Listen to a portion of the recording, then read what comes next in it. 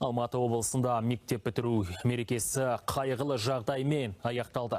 Жас түлек сыныптасына шашлык шампурын сұғып өлтірген.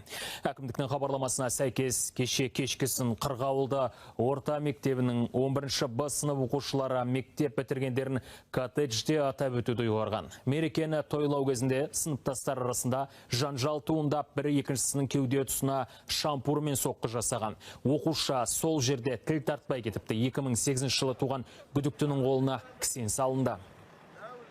Кәмелетке толмаған жасөспірімнің заңды өкілдері балаларды тәрбиелеу жөніндегі міндеттерін тиісінше орындамаған үшін әкімшілік жауапкершілікке тартылды. Сонымен қатар полиция тарапынан білім басқармасына өз құзыреті шеңберінде шаралар қабылдау үшін тиісті ұсыныс жолданды.